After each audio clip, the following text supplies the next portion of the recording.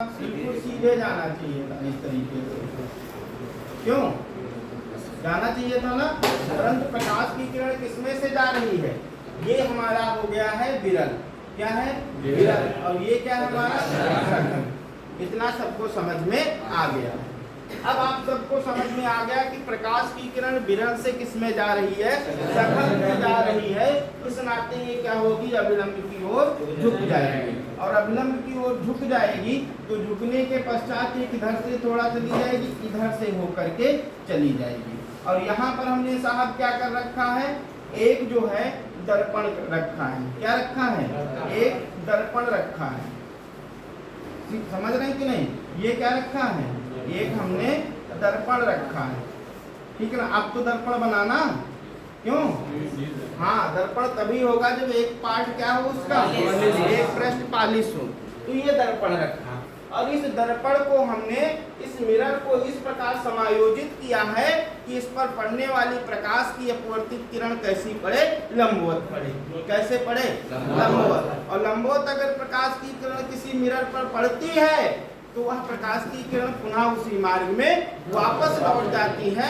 इस घटना को हम क्या कहते हैं? प्रकाश की उत्क्रमणीयता कहते हैं। और प्रकाश की उत्क्रमणीयता में हमने यही बताया था कि यदि आपतित किरण तथा अपवर्तित किरणों की दिशा को क्या किया जाए, पलट दिया जाए, तो इस घटना को क्या कहते हैं? प्रकाश की उत्क्रमणीयता कहते हैं।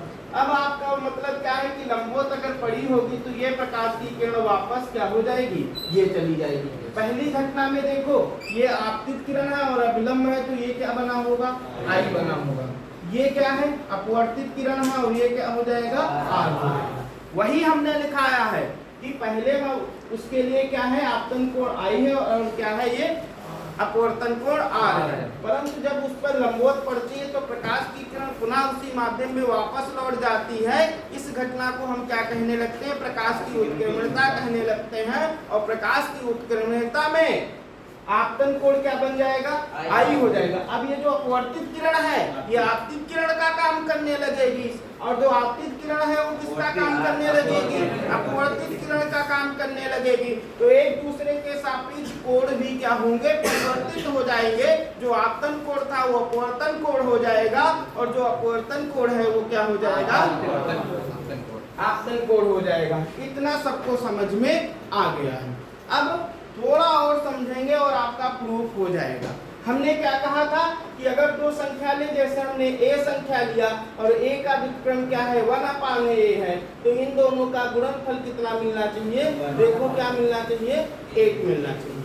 तो अगर ये दो माध्यम है तो दोनों माध्यमों का गुणनफल एक दूसरे के सापेक्ष अगर 1 मिल जाए तो ये सिद्ध हो जाएगा कि ये क्या है, एक दूसरे के सापेक्ष कैसे हैं? व्युत्क्रम। क्लियर है कि नहीं?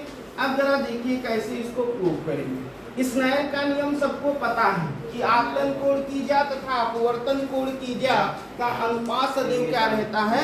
एक नियतांक रहता है। तो अकॉर्डिंग टू स्नेल्स लॉ अगर लिखेंगे तो पहले वाले माध्यम को हम क्या मान लिया? n1 मान लिया। क्या मान लिया साहब? n1। और दूसरे वाले माध्यम को क्या मान लिया? n2। जान पा रहे हो कि नहीं? पहले वाले माध्यम का अपवर्तनांक जिसको n लिए हो उसका क्या माने हो? n1 माने हो। और दूसरे वाले माध्यम क्या माने हो? n2 माने हो। कहाँ कोई वो क्या था? ये था कि sin i upon sin r equal to n। ठीक है ना। अब स्नेल के नियम से देखो हम प्रूव कर रहे हैं, लिख रहे हैं स्नेल के नियम से। अब स्नेल के नियम से लिख रहे हैं तो समझिएगा, इसको माध्यम क्या माने हो? 1 और इसको माध्यम माने हो 2। तो यहाँ पर n इक्वल टू अगर हम लिखना चाहें तो लिख सकते हैं sin i upon sin r। लिख सकते हैं कि नहीं?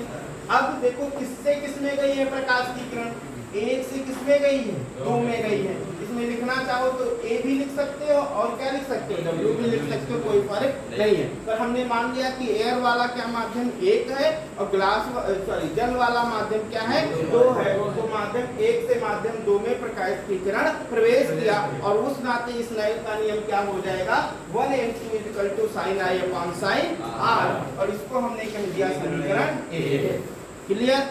अब दूसरा ले लेते हैं, तो क्या हो जाएगा Q एंड, अच्छा इसमें लिख लेंगे, क्या लिखेंगे, प्रकाश की उत्क्रमणता के सिद्धांत से। क्या लिखेंगे, प्रकाश के उत्क्रमण के संबंध से। ठीक है ना, समझ रहे हैं कि नहीं। अब इससे लिख लिया। अब क्या होगा, जो आपतन कोण अपवर्तन कोण R है वो आपतन कोण का काम करने लगेगा, मतलब I रिप्लेस हो जाएगा किसमें, R में।